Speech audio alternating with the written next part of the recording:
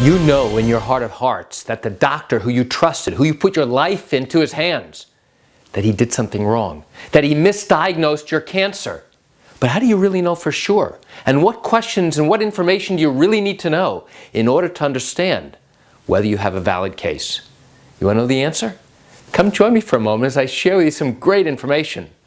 Hi, I'm Gerry Oginski. I'm a New York medical malpractice and personal injury attorney. And let me share with you exactly what an attorney looks for when evaluating a possible failure to diagnose cancer case, a misdiagnosis case. Typically what will happen is the patient goes to a doctor and now at some point they are told they have cancer.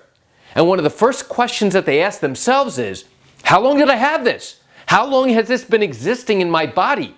I've been going to my doctor for months and months and years, and nobody's ever told me this. I had all these other symptoms, now that I think about it, that should have warranted further follow-up, that maybe should have warranted further testing. Why wasn't that done?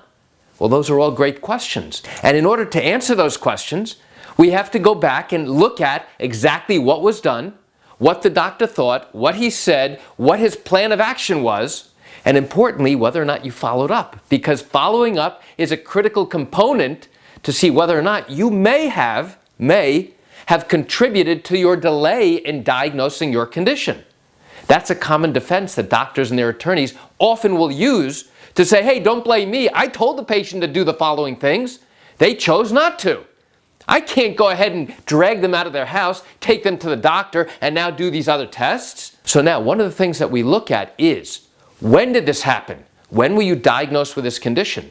What stage cancer are you in now? What treatment are you going to have to try and address this problem now? And now, here's an important question. When you are getting your treatment, likely from an oncologist, a doctor who specializes in treating cancer patients, when you go to them, you might want to ask them, hey, listen, if this had been diagnosed a year or two earlier when I started to make complaints to my doctor, what treatment would have been available to me at that point? What would my prognosis have been? What would my survivability have been? My chances of survival a year or two earlier if this was diagnosed and treated earlier? Is this a fast-growing cancer? Is it a slow-growing cancer? And that makes a huge difference. So now if this has been festering inside your body for months and months or even years, now the obvious question is, why wasn't this detected earlier? Did you have any signs? Did you have any symptoms?